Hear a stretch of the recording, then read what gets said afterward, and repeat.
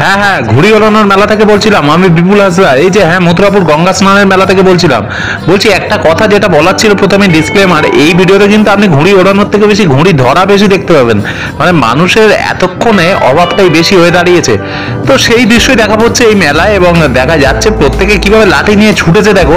মানে আমি ভিডিওতে এটা দেখাচ্ছি শুধু নয়, এটাই ঘটেছে এবছর মেলায়। মানে বেলা 10টা 10:30 বাজে, যেটা আমি ঘুড়ি ওড়াতে প্রচুর মানুষকে দেখা যাওয়ার কথা, তখন দেখলাম ঘুড়ি যত না ওড়াচ্ছে তার চেয়ে বেশি কোথায় ঘুড়ি পড়ছে সেটা ধরার ব্যস্ত।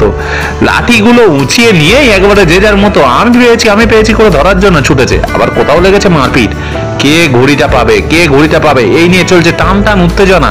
এবং মথুরাপুর বিষ্ণুপুর গঙ্গা স্নানের মেলাতে এলেই আপনারা একমাত্র এই চূড়ান্ত মুহূর্ত দেখতে পাবেন।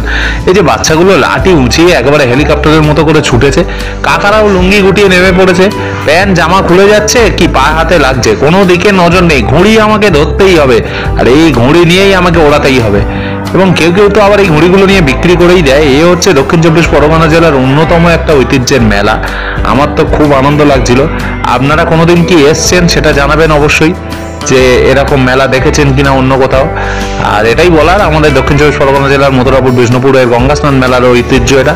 কেমন লাগলো ভিডিওটা জানাতে ভুলবেন না। ভালো লেগে থাকলে লাইক কমেন্ট করবেন, আর মিনি ব্লগগুলোর পাশে থাকবেন। টাটা।